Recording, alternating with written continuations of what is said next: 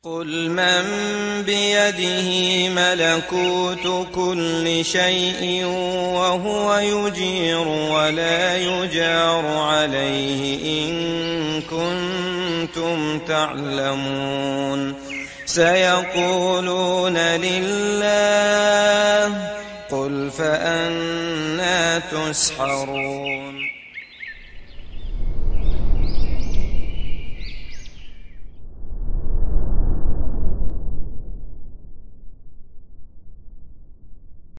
اللهم إنا نسألك علما نافعا ورزقا طيبا وعملا متقبلا. اللهم إنا نعوذ بك من علم لا ينفع ومن قلب لا يخشع ومن نفس لا تشبع ومن دعاء لا يسمع. اللهم علمنا ما ينفعنا وانفعنا بما علمتنا إنك أنت العليم الحكيم. Insyaallah di kesempatan pagi hari ini biidznillah ta'ala kita akan melanjutkan pengkajian kitab Zad al-Mustaqni' karya Syekh Musa al-Hajjawi rahimahullah.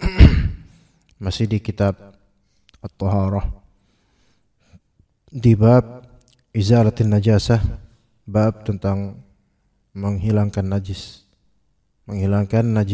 Kita telah membahas beberapa macam najis, dari najis mughalladah, najis mutawassithah dan najis mukhaffafah.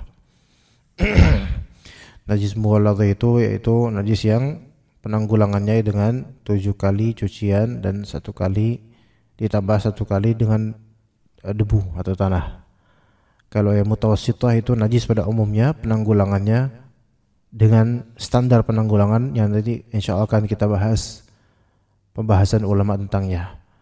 Kemudian ada najis mukhaffafah, najis yang ringan, yaitu penanggulangannya cukup dipercikkan. Ya, seperti bekas air kencing bayi laki-laki yang belum disapih dan juga air madhi yang sedikit, maka ini cukup dipercikkan saja, tidak harus dicuci. Taib, kita lanjut kita mulai di perkataan Ibnu Qudamah rahimahullah, di perkataan Musa al-Hajjawi rahimahullah, yujzi'u fi ghaslin najasati kulliha idza kanat 'ala al-ardi ghaslatun wahidatun tadhhabu bi'ainin najasah. Di sini penulis merinci, kendati pun nanti rinciannya tidak semuanya kita ikuti karena ada pandangan yang lebih afdal. Rinciannya begini: dalam membersihkan atau mensucikan tempat dari najis-najis apapun, jika tempatnya itu di atas bumi gitu, itu ghaslah wahidah, sekali basuh saja, sekali pencucian saja, maka tadhhabu bi'aini najasah.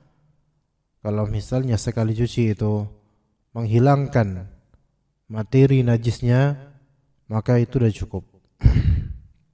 Itu sekali di atas bumi, yaitu sesuatu yang di atas bumi. Ya. Sesuatu yang di atas bumi. Bukan yang nempel di badan. Atau bukan yang di dalam suatu wadah, bukan, tapi di outdoor, di atas bumi gitu. Maka sekali cuci, kalau emang hilang udah, maka khalas. Outdoor, maksud outdoor di sini maksudnya dia bukan di dalam satu wadah, bukan di dalam tas, bukan, ya, tetapi di sesuatu yang di tempat yang memang lapang, ya. Wa ala ghairiha sab'un ihdaha biturabin fi najasati kalbin wa khinzir. Adapun kalau itu bukan di atas bumi, jika itu najisnya anjing dan juga khinzir yaitu babi, maka 7 kali pembasuhan dengan tanah. 7 kali pembasuhan dengan tanah. Wa yujzi'u 'an turabi asnanun wa nahwuhu, dan boleh juga mengganti tanah dengan serbuk, ya, atau bubuk dari kekayuan pohonan. Ya, ini dalam mazhab. Nanti kita bahas itu insyaallah ya. Wa fi najasati ghairiha sab'un bila turab. Adapun najis selain najis anjing dan najis babi, maka 7 kali pencucian itu minimal dalam pandangan ini, bila turab, tanpa debu. Nah, taib. Ini pembahasan pagi ini insyaallah. Mungkin kita akan bertanya-tanya, wah kok kayak ada yang janggal gitu. Rinciannya gimana tadi? Rinciannya kalau itu najis memang di atas tanah, di atas lantai gitu, sekali aja. Sekali bersihin, kalau emang udah habis hilang maka selesai. Oke. Tapi kalau belum habis najisnya maka sampai bersih. Kemudian kalau misalnya ada di wadah, ya seperti jilatan anjing, ya, dan disebutnya di sini juga babi juga termasuk, maka 7 kali pencucian, salah satunya dengan turab, dengan tanah. Dan disebutkan di sini boleh juga tanah ini diganti dengan serbuk atau bubuk pohon. Ya, gitu. Kekayuan pohon yang serbuk-serbuknya itu. Ya. Nah, ini dalam pandangan di kitab ini ya. Kemudian ada pun kalau misalnya najisnya itu ada di suatu wadah yang bukan di atas permukaan bumi, ya maka pencuciannya 7 kali walaupun tanpa tanah. Gitu. Ya. Nah, ini gimana untuk antum? Secara praktikal juga sebenarnya nggak gini.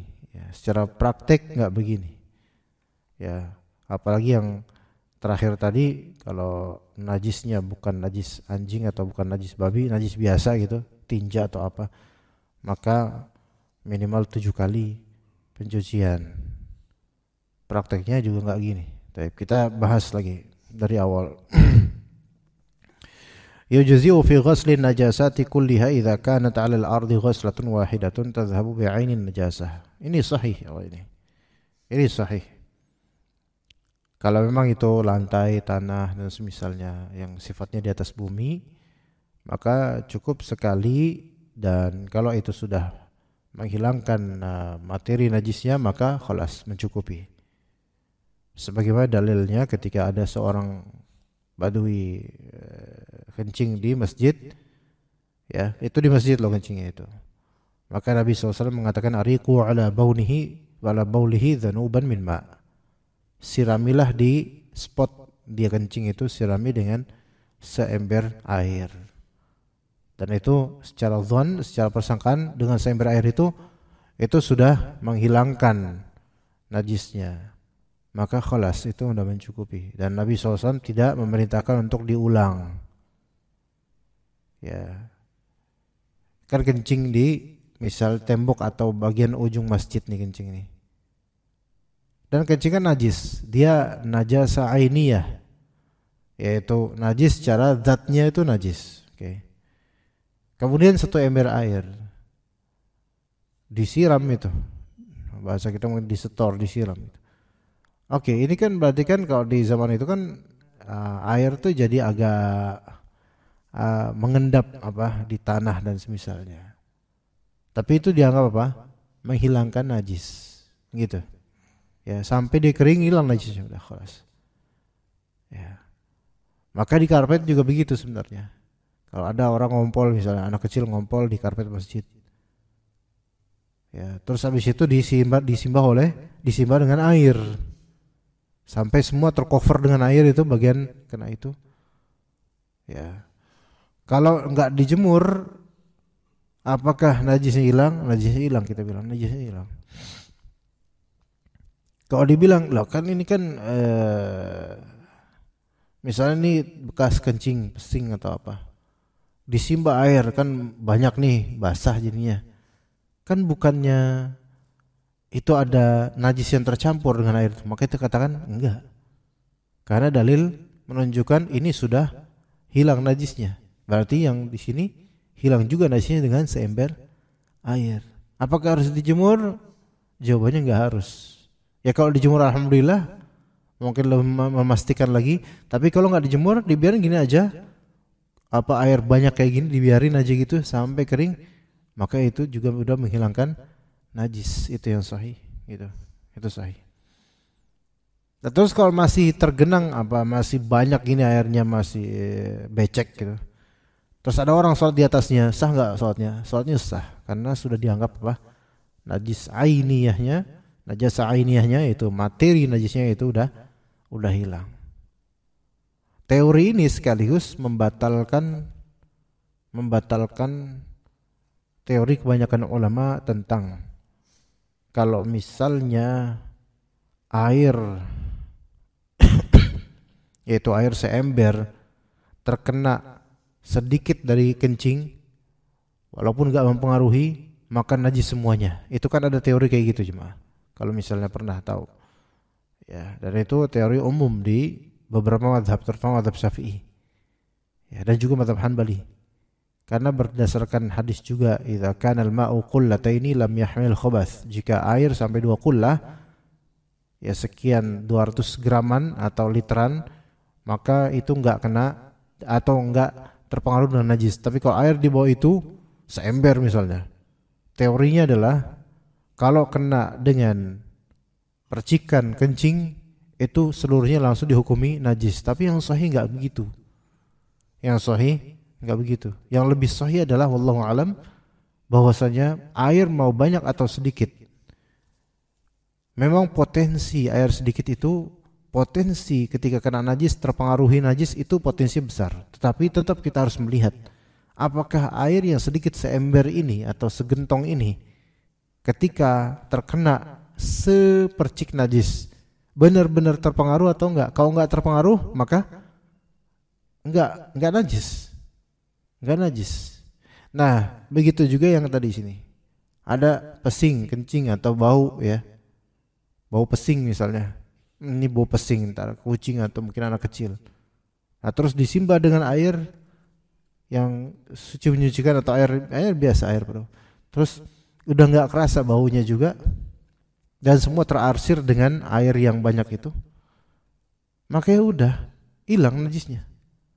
Hilang najisnya karena yang dihukumi sekarang adalah hukum kembali ke netralisirnya air, netral dah.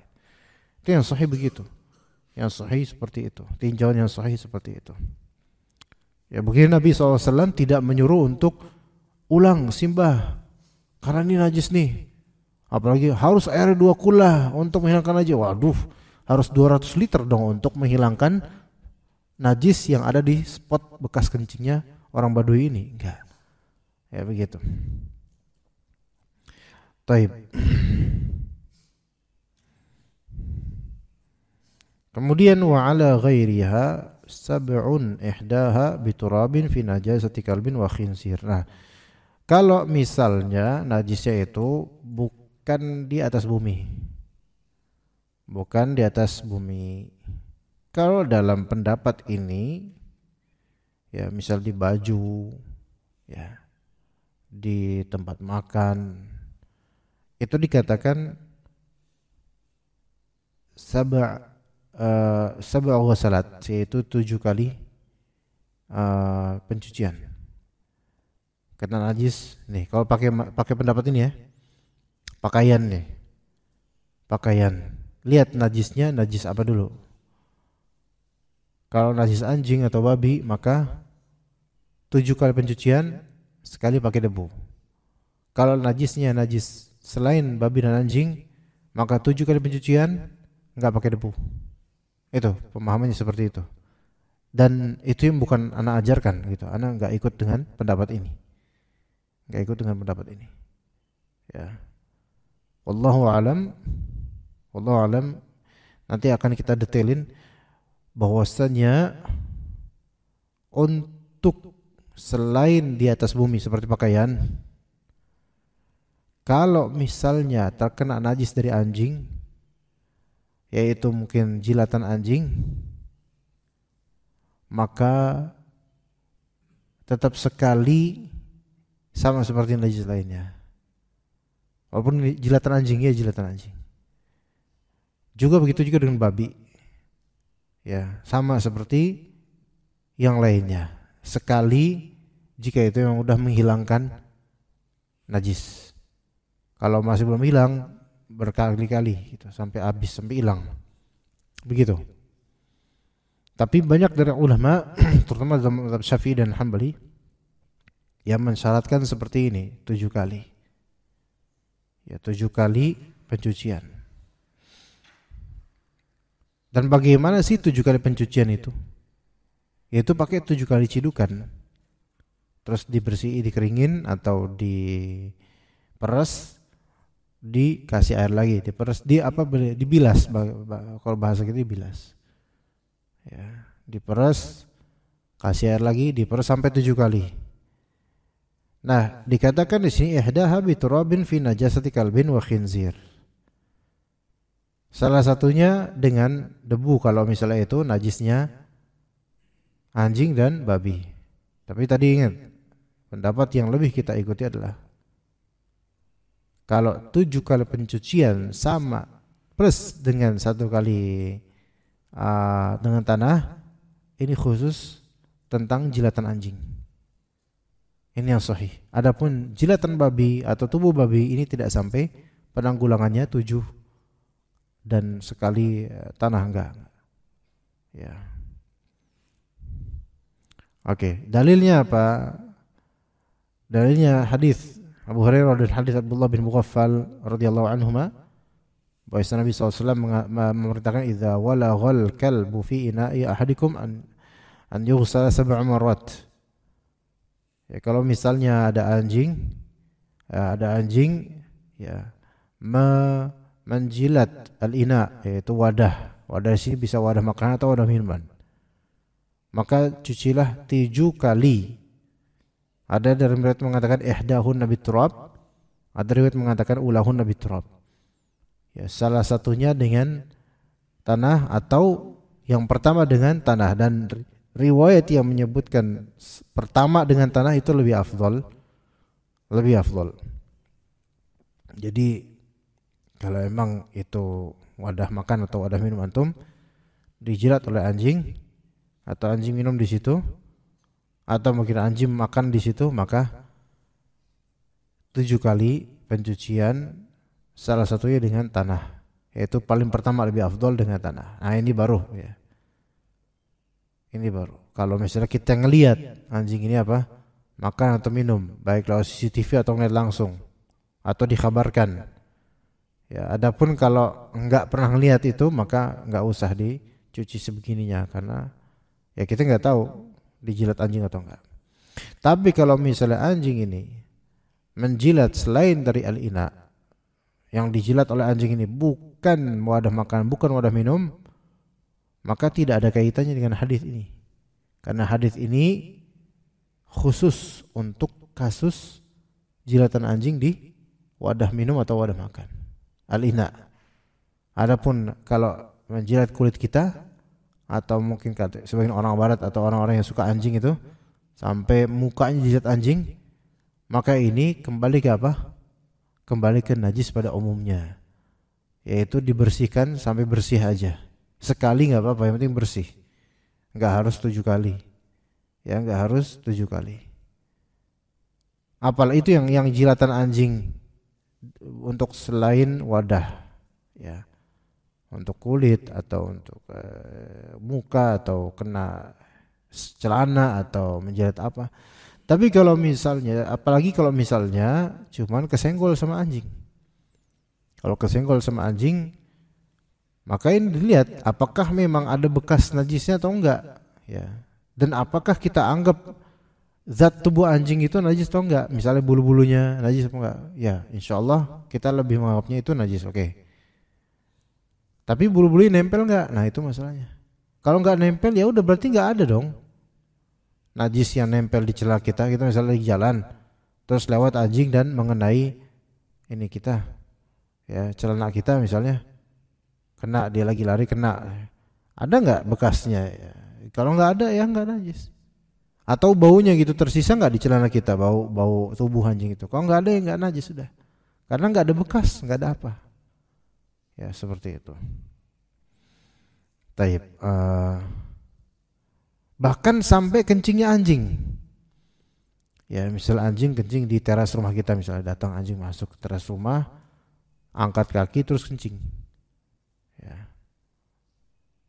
Penanggulangannya gimana nih? Harus 7 kali pencucian atau yang penting bersih? Yang penting bersih, bukan 7 kali pencucian. Oh, gimana kok?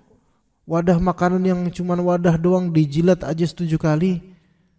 Kok ini sampai kencingnya bahkan teleknya misalnya hanya sekali atau sampai bersihnya aja, nggak sampai 7 kali terus dengan tanah? Maka kita katakan hadis Nabi SAW yang memerintahkan 7 kali pencucian dengan sekali dengan debu, ini dia ghairu ma'qulin makna, yaitu tidak bisa kita lihat illat dan maksudnya. Artinya ini ada sifatnya ta'abbudi, murni penghambaan diri kepada Allah. Murni ini adalah syariat yang kita nggak harus ngorek-ngorek kenapa harus 7. Jadi ini ujian aja buat kita untuk nurut gitu loh. Dan konteksnya juga hanya idza walaghal kalbu fil ina, yaitu jika anjing menjilat minum atau makan dari wadah kita. Adapun tubuhnya, apa yang keluar dari keringat atau liurnya atau kencingnya atau tinjaknya, maka penanggulangannya nggak sama dengan ini. Ya, nggak sama dengan ini, maka sama dengan najis-najis pada umumnya. Begitu. Maka kalau misalnya ada bekas kencing anjing, antum simbah sekali dan udah bersih, maksudnya nggak ada bekas dan baunya juga hilang, selesai, begitu selesai. Nggak harus sampai 7 terus salah satunya dengan debu, enggak. Bahkan kalau dipikir-pikir, ya emang itu nggak masuk dalam konteks hadis, Taib. Dan anjing di sini, anjing yang dimaksud sini mencakup anjing hitam, mencakup anjing yang sudah di training. Ya, mencakup anjing yang tidak boleh dipelihara, mencakup anjing polisi, mencakup anjing kecil ataupun besar semua. Ketika itu disebut anjing dengan segala macamnya, maka masuk dalam hukum ini.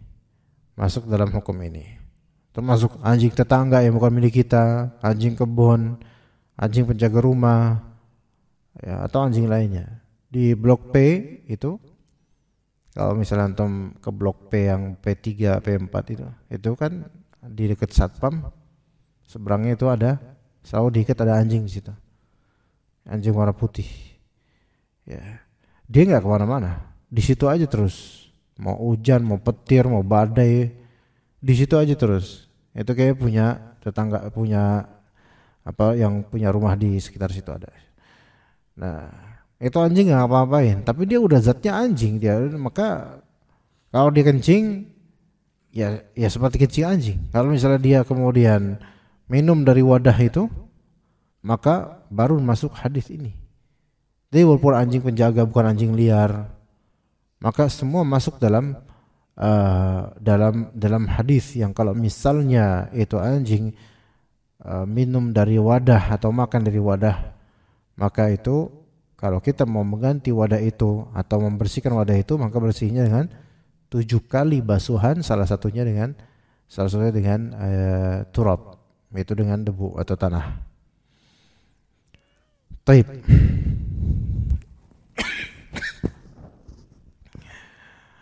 Kemudian banyak dari ulama, ya tadi kita katakan rausnya, baulnya, tinjaknya anjing dan kencingnya anjing itu dihukumi oleh banyak dari ulama sama seperti jilatan minumnya anjing atau makannya anjing. Bahkan lebih buruk lagi secara logika. Karena kalau jilatan kan cuma jilatan. Manusia pun sebagian orang yang suka anjing, mukanya sampai dijilat sama anjing biasa aja. Bahkan ciuman sama anjing biasa aja, naudzubillah min dzalik. Ya. Tapi kenapa jumhur kok? Ya, karena jumhur pakai yaitu qiyas aulawi, pengkiasan yang lebih dominan, pengkiasan yang lebih unggul. Kalau misalnya lidah yang untuk makan minum itu itu sampai di treatment 7 kali ya pembersihannya, maka apalagi secara logika ya tinja dan ini yang jauh lebih kotor, lebih khabith. Nah di sini kita lihat ya, inilah bukan berarti jumhur atau kebanyakan ulama ini kita katakan mereka itu batil, enggak, mereka punya pandangan sendiri. Tapi di sini kita dalam belajar ya tentang ilmu sunnah Nabi dan fikih, di sini kita tuh ada ujian untuk hati kita masing-masing. Ya, memahami sunnah sehingga bertepatan dengan sunnah itu sesuatu yang sangat mahal. Memahami sunnah sehingga bertepatan dengan sunnah, betul-betul exactly sunnah seperti itu, sesuatu yang sangat mahal. Nah, nasnya hadis Nabi SAW itu kan cuman di wulugh, yaitu di jilatan anjing dan dalam konteks di tempat atau wadah makan dan minum saja. Ketika sunnah Nabi itu mengkhususkan di situ, kemudian logika kita itu pengen tinja dan air kencing itu juga diterapin seperti itu. Di sini kita diuji.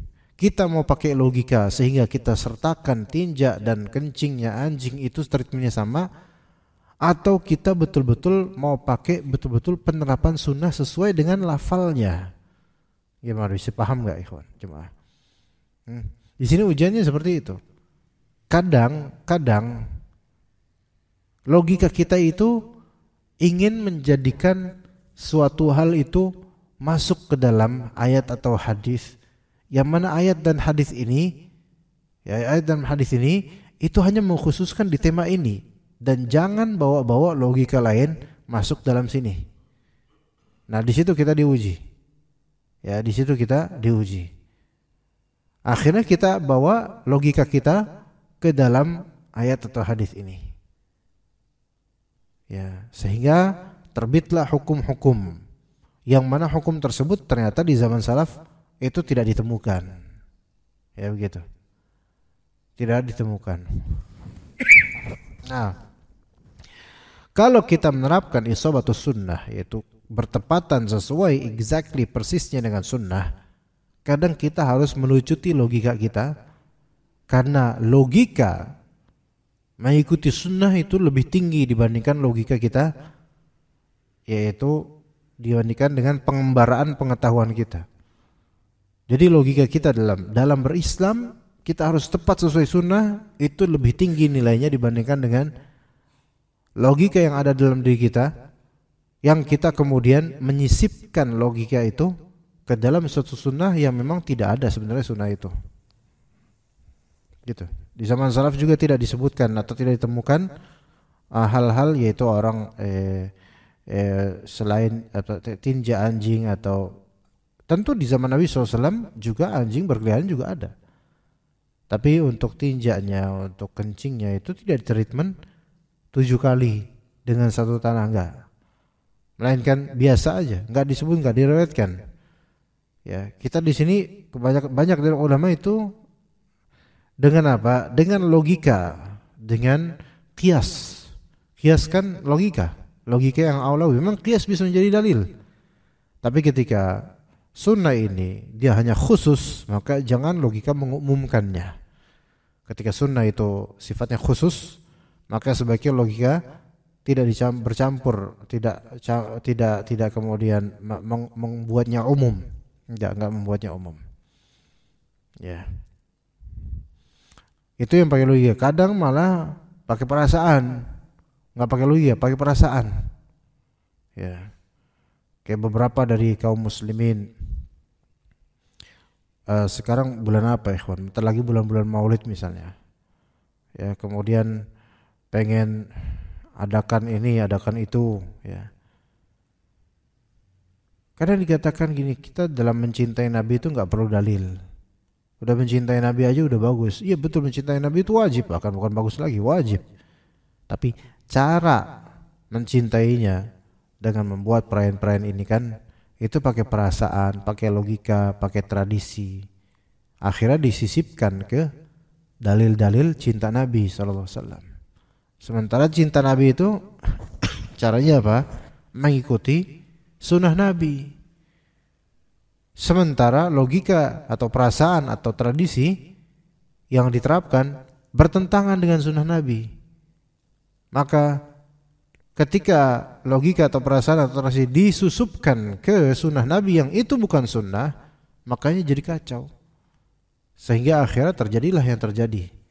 Ya, terjadilah varian dari model-model itu. Taib. Kemudian dikatakan wa yujzi'u 'anit turabi asnan. Nah, ada juga pendapat di sini menunjukkan bahwasanya turab, debu dalam penanggulangan pensucian bekas jilatan anjing di wadah itu boleh, enggak apa-apa kalau diganti dengan asnan. Asnan itu apa? Asnan itu syajar yudaq wa yakunu hubaibat ka hubaibat as-sukkar. Jadi asnan itu adalah aslinya pohon atau kayu yang ditumbuk atau semisal itu diapain ya sampai menjadi bubuk-bubuk atau serbuk kecil. Ya. Kayu, jadi bukan tanah, kayu. Nah, kemudian dulu serbuk-serbuk seperti itu pakaian itu dipakai atau kayak sekarang kita pakai kayak rinso, tapi bukan yang rinso yang serbuk ya. Kayak gitu modelnya. Ya, tapi dulu pakai serbuk dari pohon dulu. Dulu pakai serbuk dari pohon. Nah, sebagian ulama memandang bahwasanya kalau serbuk itu serbuk alami, bukan buatan model produksi ya kayak rinso dan semisal itu, melainkan serbuk alami dari pohon atau tumbuhan, maka sebagian ulama membolehkan itu sebagai pengganti tanah. Itu sebagai pengganti tanah. Ya. Begitu. Dalam menanggulangi najis jilatan anjing. Tetapi pandangan ini perlu ditinjau lagi gitu loh. Pandangan ini enggak serta-merta kita katakan benar langsung. Karena ada beberapa poin. Pertama, dalam syariat, itu dalam hadis, jelas nasnya, teksnya adalah turab, debu atau tanah. Ya, debu atau tanah. Maka wajibnya kita itu mengikuti apa? Nas, apa adanya. Itu satu. Kedua, serbuk-serbuk seperti itu di zaman Nabi ada enggak? Ada. Ya. Ya, serbuk dari daun apa? Bidara, serbuk dari daun lainnya, serbuk dari pohon ini ada zaman Nabi ada. Tetapi tidak pernah dihikayatkan dalam menanggulangi jilatan anjing untuk wadah itu pakai serbuk itu di zaman Nabi. Padahal itu ada, gitu loh. Ya, maka enggak. Ya. Taib. Terus alasan lainnya, boleh jadi secara saintifik materi tanah atau debu itu lebih afdol untuk menanggulangi hal negatif atau kotor dari jilatan anjing dibandingkan dengan serbuk-serbuk kayu-kayu itu berjadi. Terus yang keempat, alasan keempat, dan ini sangat kuat, debu itu seperti air, salah satu dari materi yang bisa suci dan menyucikan. Ya, suci dan menyucikan. Ya, adapun kalau misalnya serbuk, enggak, antum coba tayamum pakai serbuk kayu di tukang kayu, enggak bisa. Nah, maka wallahu alam yang ini wallahu alam tidak tepat. Ya, tidak tepat. Sebagaimana kalau kita tayamum enggak bisa Pak, antum tayamum pakai apa?